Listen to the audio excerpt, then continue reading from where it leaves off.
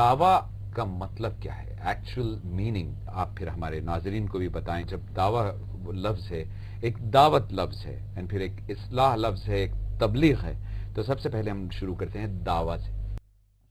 دعویٰ اگر ہم اسلامی نقطہ نظر سے دیکھیں گے تو اس کا مطلب یہ ہے کہ غیر مسلمانوں کو اسلام کی طرف بلانا.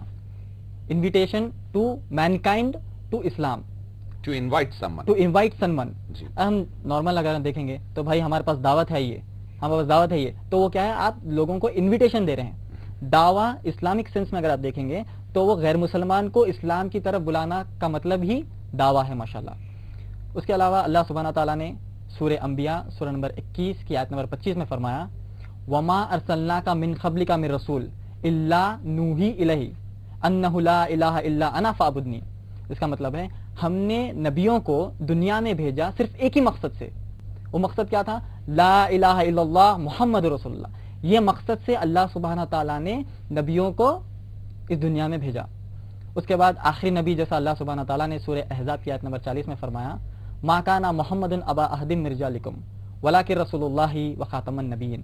اے نبی محمد صلی اللہ علیہ وسلم، آپ کسی کے والد نہیں ہیں، آپ اللہ کے نبی اور آخری پیغمبر ہے ماشاءاللہ.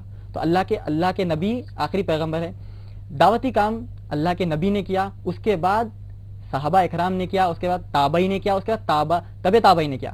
وہ سلسلہ چلتے آ رہا ہے. اس کے بعد اب اس جنریشن میں ہم مسلمان جو مسلمان اس دنیا میں موجود ہیں ان پر یہ فرض ہے کہ دعوتی کام کریں. الحمدللہ اللہ سبحانہ تعالیٰ نے سورہ آل عمران سورہ نمبر 3 کی آیت نمبر 110 میں فرمایا کنتم خیر امۃ اخرجت للناس تأمرون بالمعروف وتنہون عن المنکر وتؤمنون باللہ.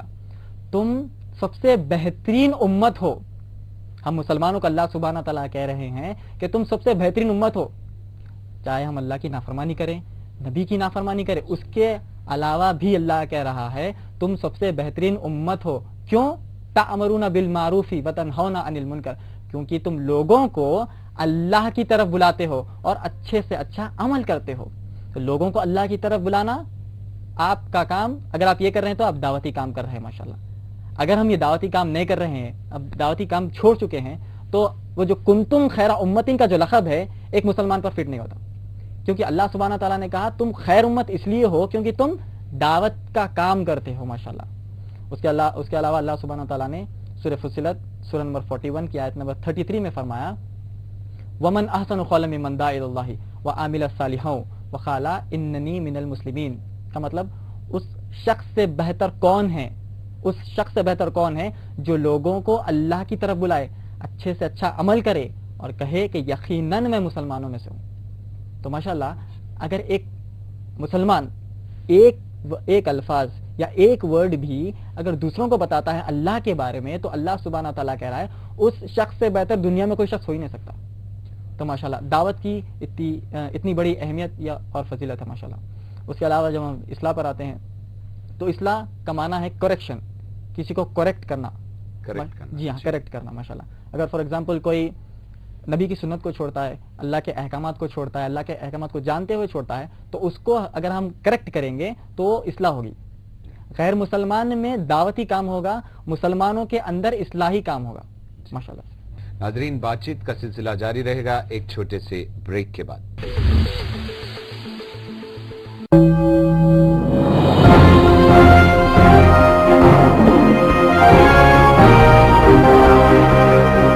جو بزنس چل رہا تھا شہر میں یہ ایشو سے پہلے اور یہ ایشو کی شروعات میں، اور اب کیا فرق پڑا؟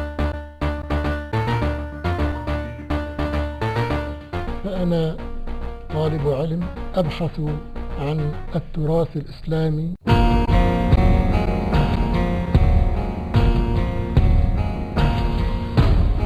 شاعری کو میں نے ہمیشہ اہم درجہ دیا ہے اور مجھے گھر بیٹھے اگر کوئی کام عزت سے مل جاتا ہے تو میں کر لیتی ہوں.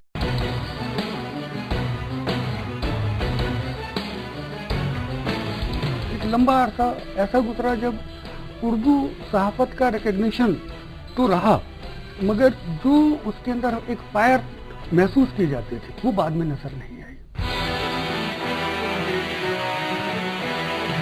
جو بھی بنے میڈیا کی آواز، ہم بنائیں گے بحث کا موضوع. دیکھیے پروگرام خاص ملاقات